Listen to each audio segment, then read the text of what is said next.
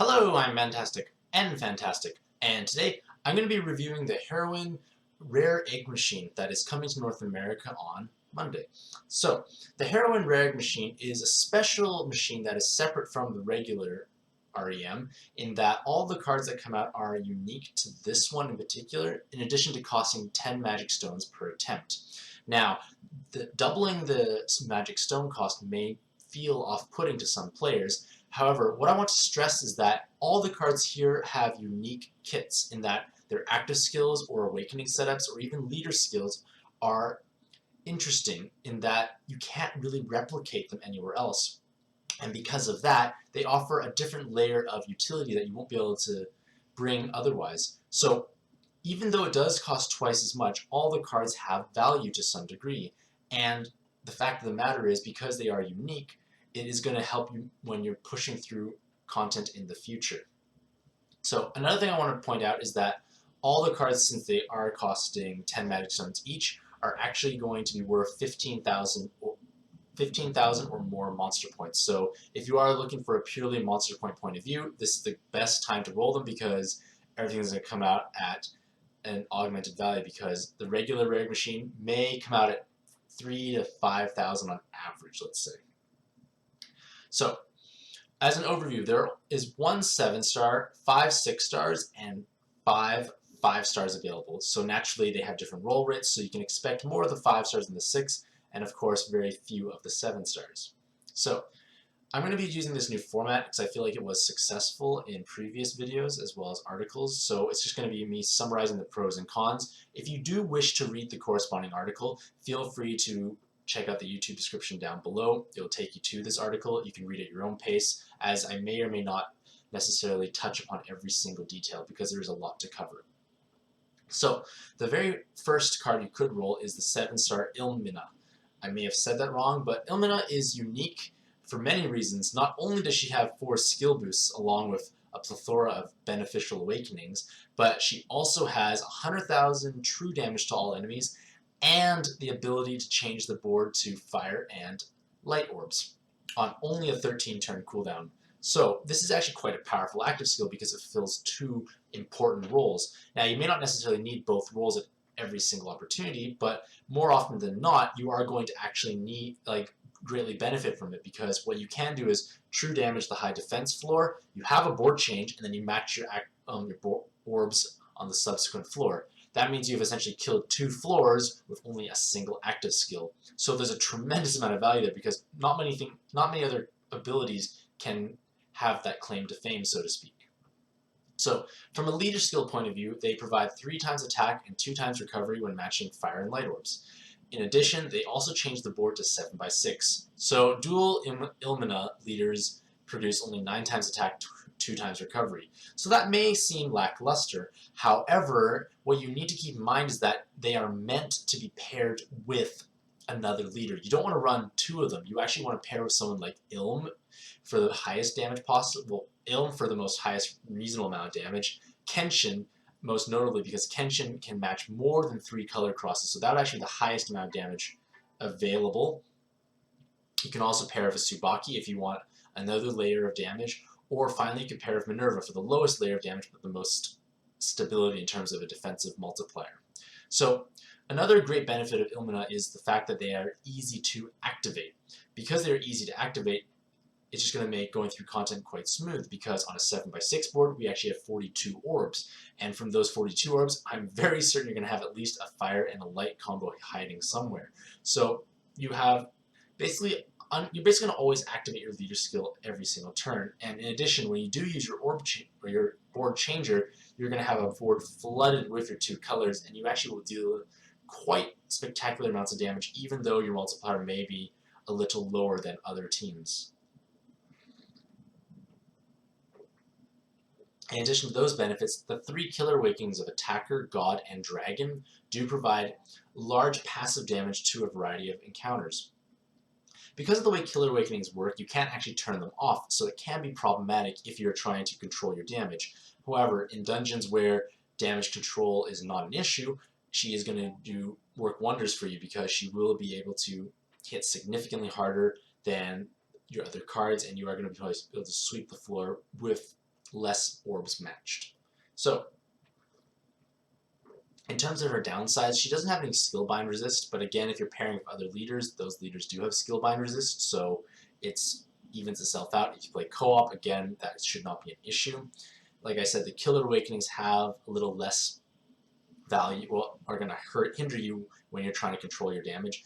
And the last point that's a little bit of a downside is that her recovery component is tied to leader skill activation, because in order to gain the 2x recovery, you actually have to match fire and light orbs. So when you're trying to stall, you're going to be dealing damage. So it can be a little problematic in terms of like if you have to stall for prolonged periods of time on the same floor.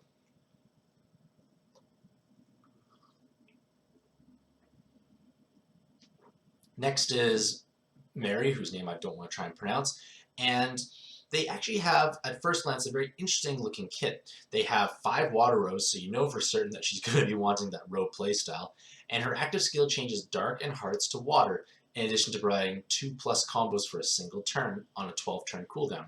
So right away, you know you are able to easily augment your combo count to overcome combo shields, or even just improve your overall damage through this active skill. So it's a nice alternative to, say, Hermes. Obviously, you change different colors, but it gives another alternative for a double orb changer. As a leader, she is able to grant you 2.25 times attack and recovery for water cards, so that's unconditional. You can match heal orbs and nothing else, and you still will have the benefits. That is nice.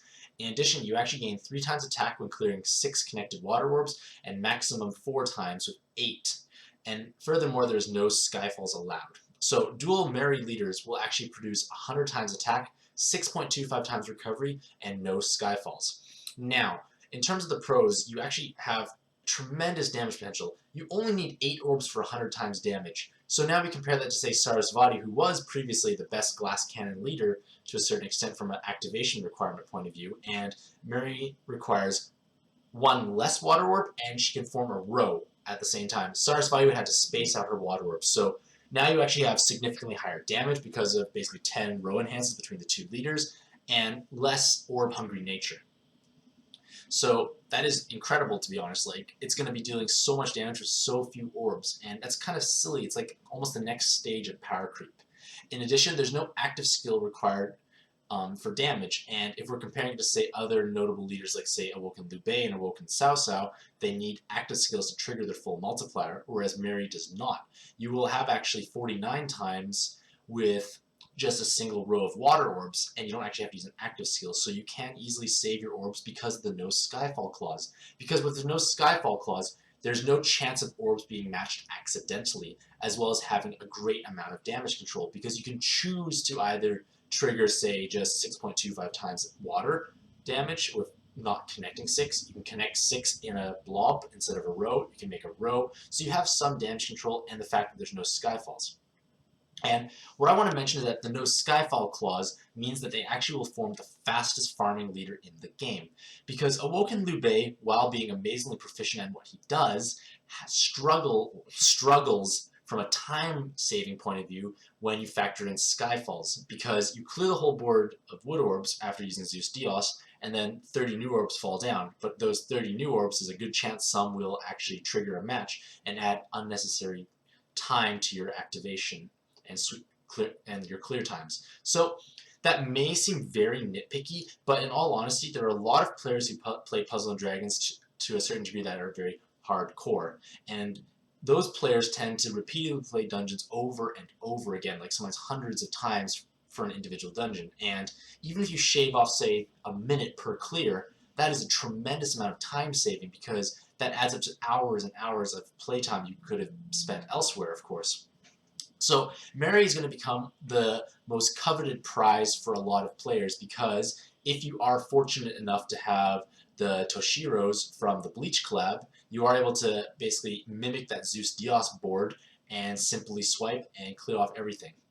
So it does have potential, but unfortunately the team building for Mary is out of reach for the average player, most notably because you need lots of those Toshiros. Like, if you don't have those, you can't replicate it, because the farmable option of Zeus Mercury just does not have the awakenings to sustain that sort of button team. And in addition, you're going to be very reliant on multiple water skill boost cards because Mary only has one, whereas Liu Bei has two. So with only one skill boost, you need to find skill boosts in other places. So you might have to use cards such as Blue Odin or Sarasvati to provide at least 3 of those. Now, you can obviously run other high skill boost cards like Tengus, but you're diluting your damage potentially, and it's just going to be a little awkward to make overall. So we don't actually have access to like the special whale card that Japan has, which has 5 skill boosts. So again, it's another little downside we have when trying to team build her. So it's going to be very restrictive for the in terms of the amount of players who can actually use Mary from a purely buttoning farming point of view.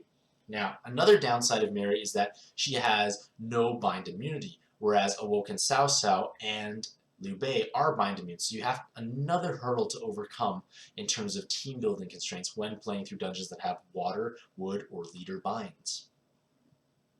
Now, a lot of players may want to try and jump on this exciting train by pairing their newly evolved Neptune Dragon, which will come in a future date. With her, you'll still have 100 times activation. You will be a bit more orb hungry, but at least grants some players the chance to pair with her, although you do have more type restrictions. So it is a potential pairing, but it's better to have dual Marys in pretty much every scenario possible. Now, if you are going to try and play her as a traditional leader, it does work because that 6.25 times recovery allows you to heal up basically to full health every single turn. And the fact that there's no Skyfalls means there's no accidental activation. So you can easily hoard your orbs into various corners of the board, and you will actually have hopefully sufficient water orbs. You can match 3 hearts and basically heal to full health. So there is a good amount of potential for playing her like a traditional leader and incorporating maybe one full board changer and simply swiping for that. So you can play her obviously like that button team, but again, you have potentials to play as a traditional leader. Now next we come to the Fire Eshimali, and the Fire Eshimali is basically a complete reskin of the traditional Rare Egg Machine Eshimali in that you exchange all the dark orbs for fire orbs. So instead of changing wood and hearts, jammers, poisons to dark, now it goes to fire, and you have 7 fire orb enhance awakenings. And like Eshimali, this is a very powerful active skill because it provides the most value out of basically any other double orb changer available because it has the longest Skyfall buff as well as converting hazards and the majority of the board into fire. Furthermore, the 7 orb enhances allows you to have every single fire orb appear come enhanced. So this is a tremendous amount of passive damage being added into her kit, whether you use her as a sub. So the main downside of this is naturally that she breaks hard orbs, and because you break hard orbs, you can't use her on, say, the Christmas Grammary teams, or you won't be able to heal while using her active skill. Furthermore, traditionally the strongest fire team right now is Krishna, and Krishna has no real need for 7 more orb enhances because Krishna already brings 10 from 2 leaders, so having 17 is overkill at this point. It's not necessary. So it's a little harder for the Red Eshimali to find an ideal home. Now, what I want to mention is that unlike the dark form, there's no Yomi Dragon equivalent who can really take advantage of this 5 orb 1 enhance. Yes, you can run her on Tsubaki teams or maybe the Ilm or various Ilm teams, so that does have some value, but it's just a little awkward right now because it's just not as strong of a leader we have available. So it can be frustrating to roll her and not be able to place her. And perhaps maybe with the Shiva Dragon's new evolution coming out in the future, might have some relevancy there because that team has no orb enhances. But the point of the matter is the Fire Eshimali may end up being an inherit in some cases because it just does not have enough value on a Krishna team to a certain extent. Next is Romina, and Romina is basically a much cuter and prettier Zuo in that she shares the exact same active skill, but for the most part has lesser awakenings. Now, Zuo's active skill is not the greatest, to be honest, because it is basically a Chinese celestial board changer with no haste, and there's no collateral benefit. It does not make heart orbs, and that can be problematic because the active, while maybe having synergy with other orb changers, is just going to be a little problematic.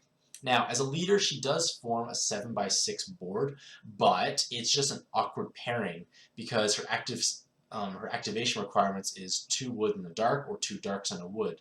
So there's no real ideal pairing for that, so it's just not going to work out as a leader at this point in time. And her main prowess is going to be as a sub, and it's most notably for that Dragon Killer Awakening.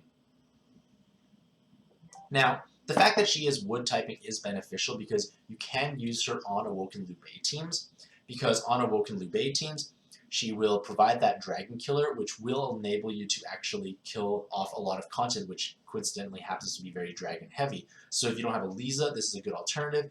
And her active skill does have synergy with Liu Bei. You can pop Romia's active skill, and then you can actually use Liu Bei and have 2/3 wood, 1/3 fire.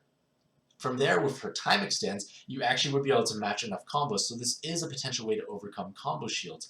It may seem a little niche, but again, this is what this whole collab is about, finding cards that do things that you normally would not have access to. So this is fulfilling that niche role. Now, in addition to that, there is also the potential to use on Awoken or Reincarnate Bastet and Kushinaga Hime teams, because those teams are very reliant on time extents and making numerous combos, so Romina does fulfill that role as well. Furthermore, you do have some potential on Aquila teams, because Aquila requires fire and wood crosses, and Romia's ample time extents do at least help out Aquila teams who may to a certain extent want more time to move orbs to form the 3 color crosses. So it's filling interesting roles, so I feel like while she is cute, it's still a reasonable role overall. Next is Navi, and Navi has basically 4 skill bind resist awakenings and 2 skill boosts, and that's pretty much the highlight of her whole kit, because her active skill is basically a light Kali style active with haste, so it's actually the same as the Water Sharius, whose active skill is not used really. Like, we really don't need that kind of active skill because the top rainbow teams all require hard orbs, and the fact they don't make hard orbs is just awkward, so it's not going to be used there. So in all honesty, she's going to basically be playing a role as a niche skill bind resist card, in that, say, your Awoken Lubei teams who don't have any skill bind resist can throw one of her on the team, the other side can bring Tengu, there's 100% immunity, and you actually still have 6 skill boosts between those cards. So it actually works out very well overall, and that's basically going to be her shining point for the niche farming teams that need skill bind resist. So it fulfills obviously that role very well, but outside of that, it's going to have very little value. Next is Barbara, and Barbara is basically the Rare Egg Machine reskinned Heroine version of Balden. Now, her awakenings are interesting. She does have 3 skill boosts, as well as Healer, Devil, and Machine Killer awakenings. Now, Killer awakenings are great for basically playing through preset content that have fixed spawns. So in obviously machine heavy content, you can easily mow through the dungeon with ease, and her active skill is actually quite powerful. It does produce a Red Sonja board in that you get fire and dark orbs, along with providing 2.5 times attack for dragon and machine types for 1 turn. Now, naturally there's not too many dragon and machine type cards out there, so it may be hard to place her as a sub for those teams, and you're basically using a Red Sonja style active for a longer cooldown if that's the case. In addition, her leader skill is also very unique. She does provide 2 times health, attack, and recovery for machine types, as well as 3.5 times attack when matching dark and fire combos. Now, in addition to that, you actually are unable to match 3 connected orbs. So on paper, her leader skill looks amazing. You have 4 times health, 4 times recovery, and 49 times attack, but you can't connect 3 orbs. So because you can't connect 3 orbs, your combo count is naturally going to be lowered. And the fact that it's dragon and machine type is a bit more restrictive in what cards you can bring, and also what cards can benefit from that enhance. However, with such a powerful leader skill, you actually have the benefit to tank massive hits. You're going to hit probably 100,000 plus health in solo mode, and you're going to have massive amounts of recovery, even though your combo count will be lower. So you basically have the heart cross defensive capabilities of, say, Miru or Kaede without the need to actually match a heart cross. So those passive benefits can be very beneficial because you don't have to worry as much about forming that defensive heart cross every single turn. And in addition, because of the Connect 3 restriction, you actually can control your damage a little more easily because you won't accidentally, say, trigger Skyfalls, or you can hoard orbs with greater ease at the bottom. So in terms of like saying using them as an inherit or a sub, it may be a little awkward. Like I could maybe see them working well as an inherit on Yamamoto teams if you need to have all of those, if you want to boost, say, the dragon typings of Yamato and Tsubaki's. Again, it's a little niche, but it's something to worth keeping in mind. But her playstyle is going to mimic Noctis without the TPAs. So instead of TPAs, you're relying on the Killer Awakening. So the damage will probably even out when you, well, actually will be stronger on Barbara when you are playing through those particular types of dungeons. So you have to obviously pick and choose where you want to play her through, because if the dungeon does not feature the Machine, Devil, and Healer types, it's not going to be very efficient, to be honest. So in terms of subs and team buildings, you can use Eshamalis, you can use Caster, and the Purple Cyber Dragon. And the Purple Cyber Dragon may become crucial for your team because they are bind immune and will be basically your strongest method for clearing binds on your team. So it is a strong leader overall, but it's going to be somewhat situational which dungeons you do actually bring her into.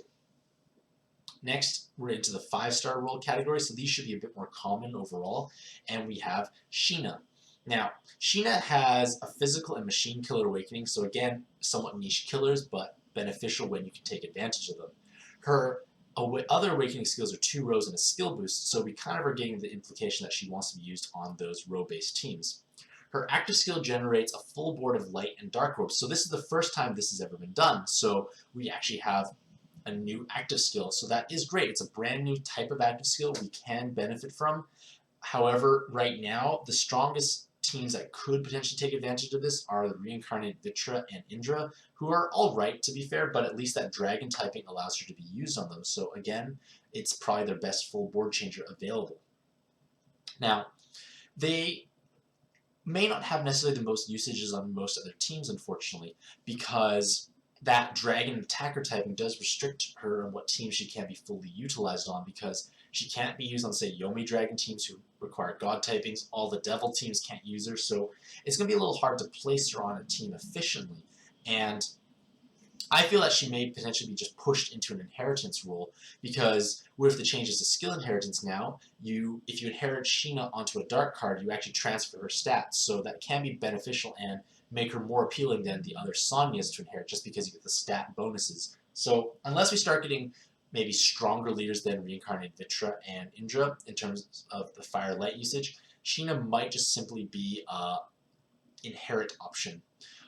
Although if we want to get maybe a little exploring more niche situational usages for her, we can use her on, say, Dark Metatron casino teams. And basically what you do with a casino team is you pop the active skill and move 1 orb and just pray everything matches.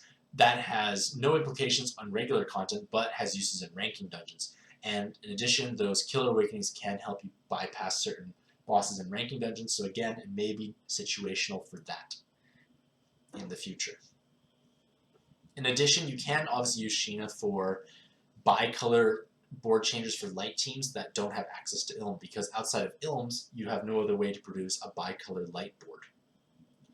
Next is Momaji, and they have 3 time extends and 2 TPAs. However, their shining aspect is their active skill. They basically mimic Sylvie's active skill without the haste component. So you have 1 turn less of cooldown, but you don't have haste. So it's not as good value overall, but because of the fact of how dominant Mirror is in the current meta, having access to another board changer is beneficial, because not everyone has rolled Sarias or Apocalypses, so having access to Momaji may be very beneficial.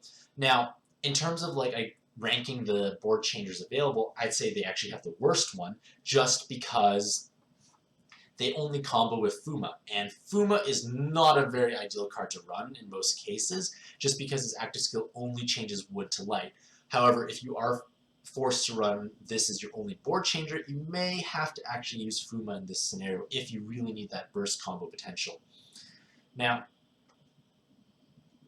what may end up happening is, because of her awakenings being relatively lackluster, you may actually just be using her as an inheritance option to transfer those stats. So again, it may be a way to gain a board changer and some stats on your reincarnated Venus if you are lacking other board change options. Next is Mito, and Mito is essentially the Light Metatron, but buffed to kill devils. She's basically a wood reskinned version of the Light Metatron, and she has Bind immunity, a single skill boost, and 2 Devil Killer awakenings. She has the exact same active skill in that she clears 3 turns of binds and heals 6 times of her current recovery for the team on a short 4-turn cooldown. Now, her main benefits are naturally those 2 Devil Killers, that 4-turn base cooldown, and that wood typing. Unfortunately, her drawbacks are she's a pretty useless card in most cases outside of Devil heavy content, and she's probably the ugliest of the entire collab. So that does play a part, to be honest, because we are trying to roll for pretty girls to a certain extent.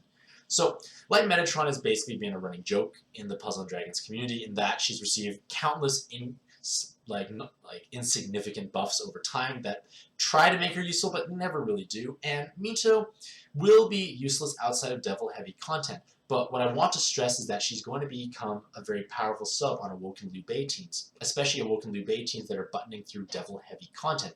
Because she only has a 4-turn base cooldown, you can obviously inherit something more meaningful over top of it. It could be a bind clear if you need binds because she is bind immune, or it could be another board changer or an enhancer, whatever you feel like you deem necessary. You can inherit them onto Mito.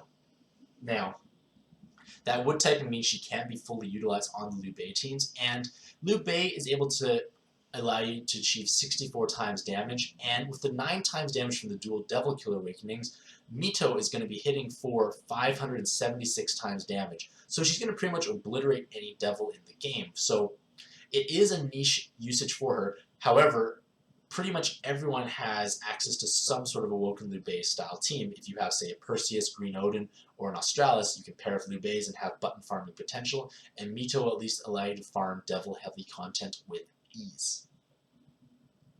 Next is Mel, and Mel has 6 enhanced heal orb awakenings, a single TPA, and a skill boost awakening. Now, that 6 enhanced heal orbs makes me feel like someone made an error in copy pasting her awakening skills and no one really bothered to correct them and they just kind of let it slide and made it into live. So it's kind of a weird thing to have. Like, I guess you can view that as a pro, but you can also view that as a con because those 6 enhanced heal orb awakenings are basically taken away from awakenings for more beneficial aspects. Like, it's just a weird thing to have. Yes, you are going to have tremendous amount of healing across your whole team, but Mel's actual recovery is quite low, so it's just a weird thing to have. Now, if we look at her active skill, it changes the second most right column into heal orbs on a 5-turn cooldown. Now, this potentially opens up budget sub opportunities on a Ronave team. Because of their fire watercolor typing, you are able to cover what would normally be Raziel's spot. Naturally, Raziel is a stronger option because they're bind immune and they can fulfill that bind clearing role. But Mel may have a more reliable active skill in that you are always generating 5 hard orbs. Furthermore, because it's a column spawned on this second from the right, you're actually more able to form a heart cross with ease. You can basically come in from the side and you can loop and make a heart cross with relative ease, and then the rest of your colors elsewhere. So it will at least give you the potential to match a heart cross on a 5-turn cooldown. However, because Raziel just does the job so much better, it's really just a budget option sub. And I don't really feel that Mel will have much use outside of that Ronave team. So it's a little awkward, to be honest, and I really kind of wish those enhanced heals were somewhere else. But I guess on the bright side for Ronave teams, it will allow them to actually heal quite a bit more just because Ronave teams tend to suffer from low recovery. And last but not least is Kuvia. And this girl has 4 TPAs as well as a very unique and powerful active skill. They are able to convert wood and light orbs into fire, as well as providing 2 turns of heal skyfalls. Now, a double orb changer that does not break hearts is incredibly valuable because you are able to use them on heart cross teams such as Christmas Grimoire, or you're just able to deal damage and heal at the same time. It's just a great thing to have. Furthermore, those 2 turns of heal skyfalls can be beneficial because you are able to A, improve your sustain for the next 2 turns because you should have more heal orbs, and B, you actually are able to override negative debuffs imposed by bosses. So let's say you encountered Osiris in a dungeon, and he's giving you those horrible dark and wood skyfalls which have no benefit on a fire team. You can simply override them with this heal skyfall buff and be on your merry little way. But what I want to focus on is those 4 TPAs. And those 4 TPAs along with 1166 base attack is actually quite potent. You are going to be able to deal quite a large amount of damage when you connect 4 orbs. And that's going to basically make her on par with Sheet in terms of how Sheet is designed, because Sheet and Kuvia do have reasonably strong recovery and health and lowish attack to compensate. So their total weight stats appear lower, but in actuality, because of the multiple TPAs, you are actually dealing a significant amount of damage. So she's actually a lot more well statted than at first glance.